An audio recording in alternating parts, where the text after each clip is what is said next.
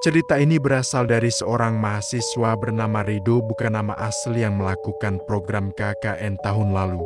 Untuk melindungi privasi pihak-pihak yang terkait, nama desa dan lokasi sebenarnya saya samarkan. Mari kita sebut tempat itu sebagai Desa Kaliurang.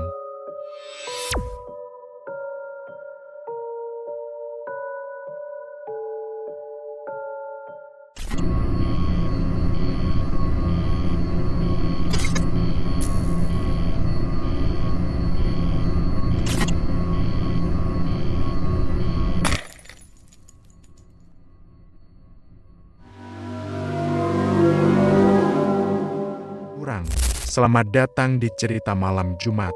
Malam ini, saya tidak akan membawa kamu ke kota, tapi ke sebuah desa terpencil di pelosok Jawa.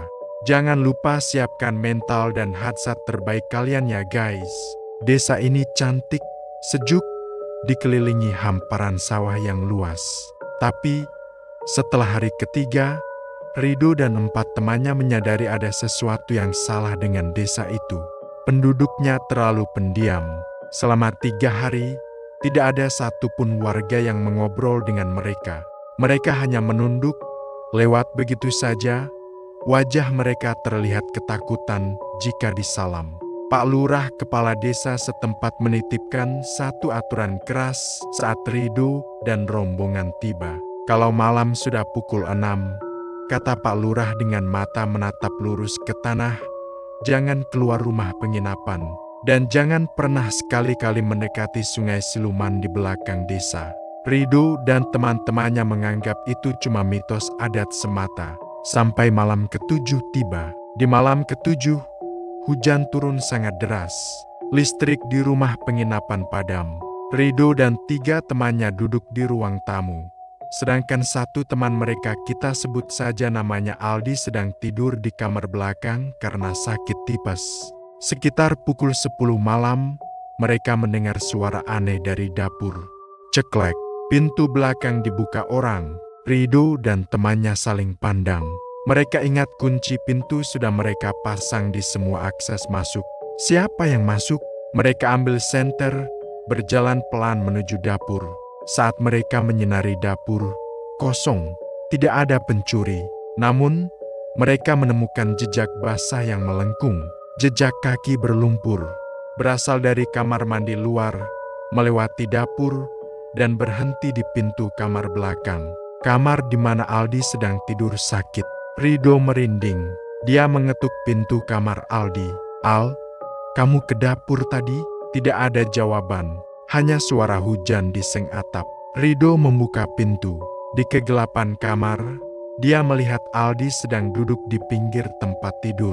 Punggung Aldi menghadap Rido. "Al, gak apa-apa." Aldi tidak menjawab.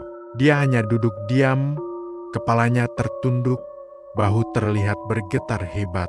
Dan ada satu hal lain.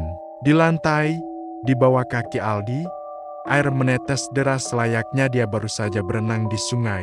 Rido menghampiri, menyentuh bahu Aldi. Saat Rido membalikkan tubuh Aldi, dia melihat wajah Aldi yang pucat pasi.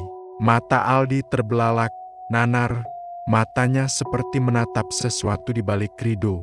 Mulut Aldi membuka lebar, dan dari tenggorokannya keluar suara yang bukan suara Aldi. Suara perempuan tua yang sedang menjerit-menjerit dalam bahasa Jawa kuno. Rido dan temannya lari keluar rumah.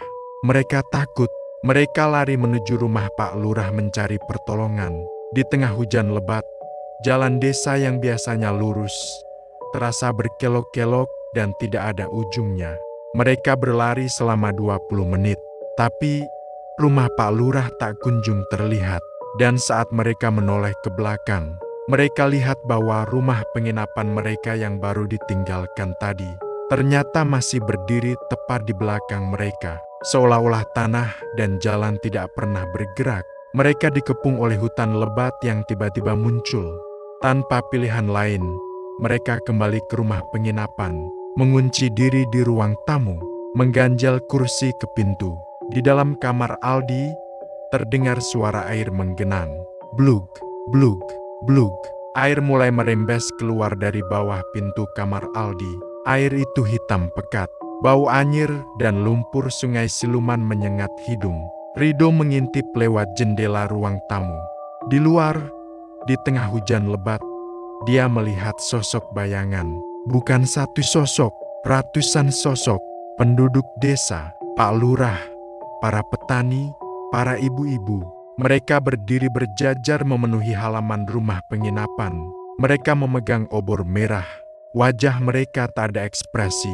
Mata mereka putih. Semua menatap ke arah jendela tempat Rido bersembunyi.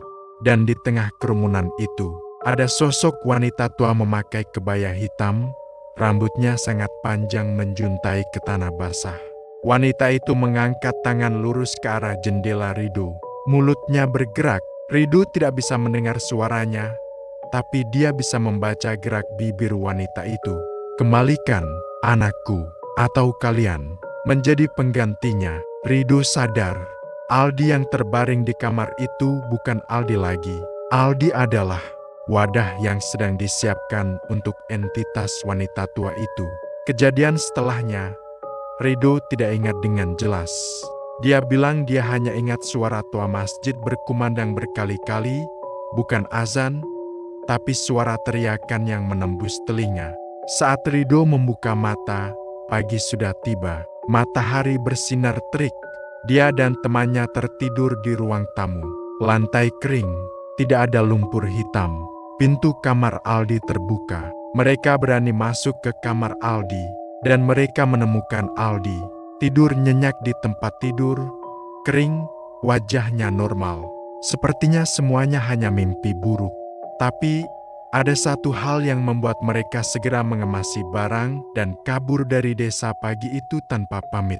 Di leher Aldi ada tanda merah menyala, seperti bekas cakaran kuku yang panjang dan tajam. Dan saat mereka membangunkan Aldi, Aldi tersenyum. Bukan senyum Aldi yang ceria, tapi senyum yang simetris. Terlalu dingin. Kenapa kalian lari begitu cepat? Tanya Aldi. Tadi malam itu, pesta di desa sangat meriah ya? Aku menikmatinya sekali. Rido dan teman langsung membawa Aldi ke dokter jiwa begitu sampai kota. Hingga hari ini, Aldi masih dirawat. Dokter mengatakan Aldi mengalami gangguan psikotik berat.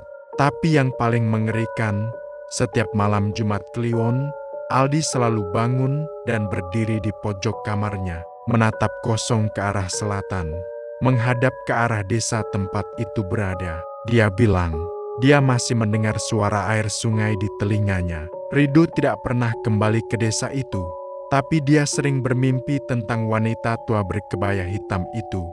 Wanita yang selalu bertanya, apakah kalian mau tinggal selamanya?